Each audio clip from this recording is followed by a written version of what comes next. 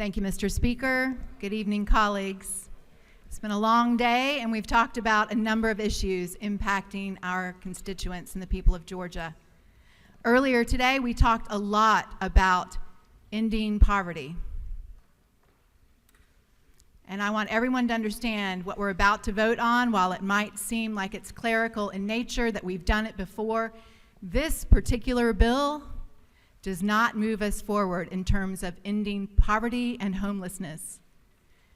This bill, Senate Bill 160, reestablishes a previously implemented administrative assessment fee, but it could also potentially risk the solvency of Georgia's Unemployment Insurance Trust Fund.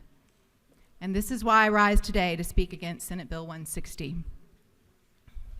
As a longtime business owner in Georgia and a longtime professional worker in Georgia, I have firsthand experience about the benefits as a business owner of contributing to our unemployment insurance. It's an important part of protecting and empowering a stable economic environment for people and for companies to thrive throughout the state. We all know that the federal state unemployment insurance system helps many people who have lost their jobs by temporarily replacing part of their wages while they look for work.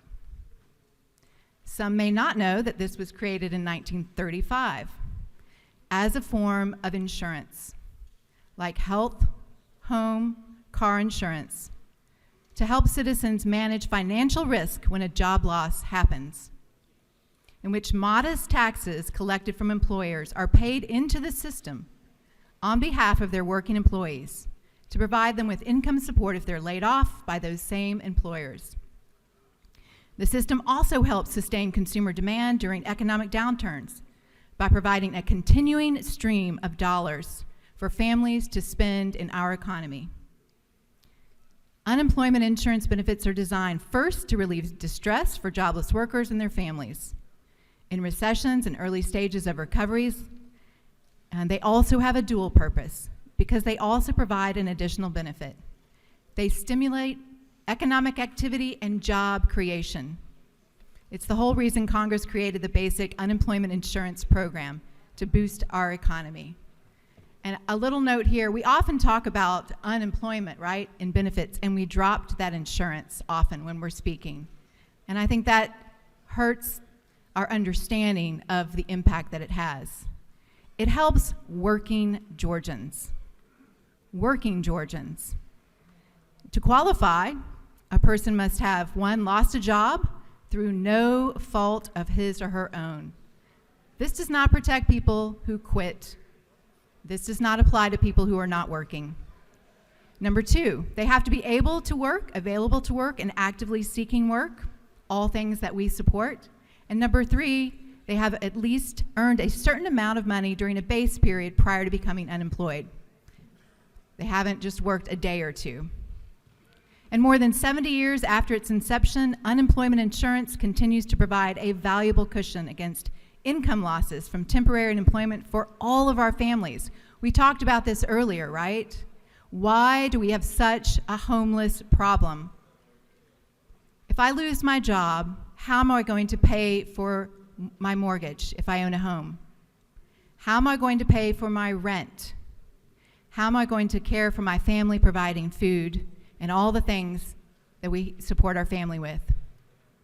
It also serves as an effective automatic stabilizer for the overall economy because it shores up workers' purchasing power. The basic compact that the unemployment insurance system has embodied since its creation, since 1935, is that people who've amassed a sufficient record of work and on whose behalf unemployment insurance taxes have faithfully been paid should receive these benefits if they're laid off and they're searching for a new job. So if we agree on the success of this program, then shouldn't it follow that we agree that the program should be solvent and we should not be taking steps that jeopardize our future ability to maximize the long-term economic benefits? So now to the crux of this bill. Federal law defines unemployment compensation as, quote, cash benefits payable to individuals with respect to their unemployment. And it lays out a few basic requirements, principally the following two. Number 1, quote, all money withdrawn from the unemployment insurance fund of the state shall be used solely in the payment of unemployment compensation. Park that for a minute. And number 2, states cannot impose excessively burdensome methods of administration that block access for otherwise eligible individuals. These requirements ensure that states maintain programs. However, Senate Bill 160 has reintroduced an administrative fee that will be paid by employers and then used by the department for staffing. But in an effort to keep the total dollars paid by employers at the same rate, the proposed tax rate for new businesses has been lowered so that businesses will not see an increase. Sounds good for business in the short term? In the short term. But it really hurts our ability to keep our trust funds solvent, and it hurts businesses in the long term as well.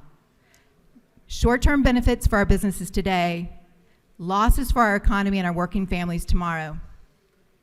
This is especially problematic at this time because financial planners and economists recommend that states have at least a year's worth of funds in their unemployment insurance trust fund.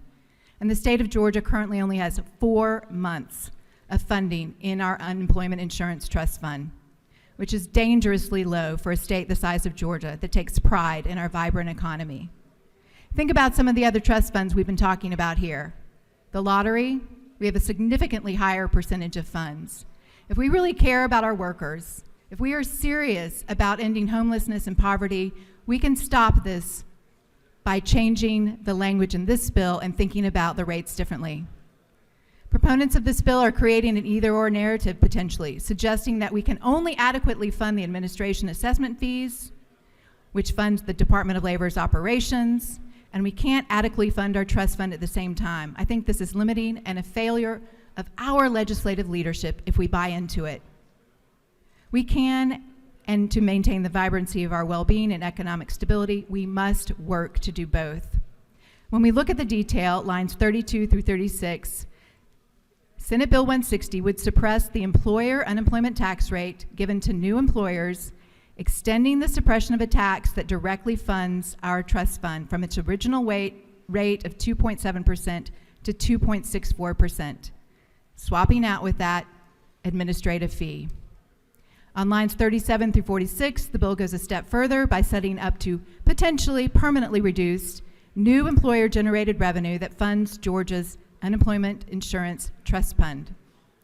From a business perspective, these provisions don't serve desires for a more stable economy and a larger pool of quality workers. That's what we're going here, right? And reducing unemployment trust fund dollars often leads to worse, further restricting jobless workers' access to benefits to compensate the smaller trust fund. One other note here, this reduction is for new employers, but it's interesting to bear in mind that less than half of new businesses survive for more than 5 years. So when these workers lose jobs from businesses that will routinely fail, some of their employers who've been paying this reduced rate will seek benefits that Georgia must pay for. When it's harder for workers to access unemployment during jobless spells, fewer of them have wage protections to pay for basic necessities. This could likely force Georgia workers into unstable jobs that eventually cycle them back to unemployment because they're just desperate to make ends meet, or it could force them to suffer longer jobless spells as they struggle to continue their job search and stay afloat without ample resources. Or ultimately, it could push them out of the workforce completely because of the weight of spiraling hardship. You know, we talk a lot about helping people. If we look at this bill and do it differently, we could actually help out upstream, proactively, helping Georgia workers so they don't drown when they are laid off for no fault of their own. For legislators committing to equitably balancing the needs of our shared economy, working families, and employers, for a body that wants to address homelessness, poverty, and improve healthcare outcomes, this bill may be one of the most important ways we could stop the spiral of potential financial ruin when people lose their job through no fault of their own. Let's stop pushing people into the river of downward prospects. Saying no to this bill and going back to the drawing board would be addressing one of the root causes of homelessness. Join with me and let's send this bill back to committee to reinstate the admin fee and support minimal tax rates that fully fund the solvency of our unemployment trust fund. And in doing so, this bill should receive your no vote. Thank you, and I yield the well.